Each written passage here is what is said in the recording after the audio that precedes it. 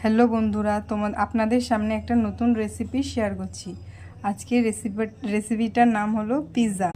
নুডলসটা সিদ্ধ করা আছে, আলু ম্যাশিংয়ে কুচানো আছে, পেঁয়াজ কুচু কুচু করে কেটে রেখে, আদা কাঁচা লঙ্কা কেটে রেখেছি। এর মধ্যে একটু ডিম ভেঙে দিলাম,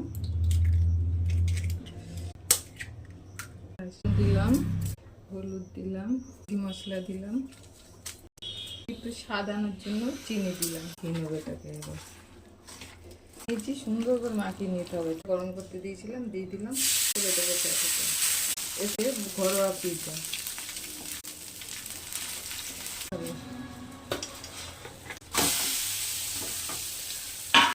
দিলাম, ওপর দিয়ে বিট লবণ দিয়ে দিলাম, গোলমরিচের গুঁড়ো দিয়ে দিলাম, পিস করে কেটে পরিবেশন করতে হবে। এই যে পিস পিস করে পিৎজাটাকে কাটা হয়ে গেছে।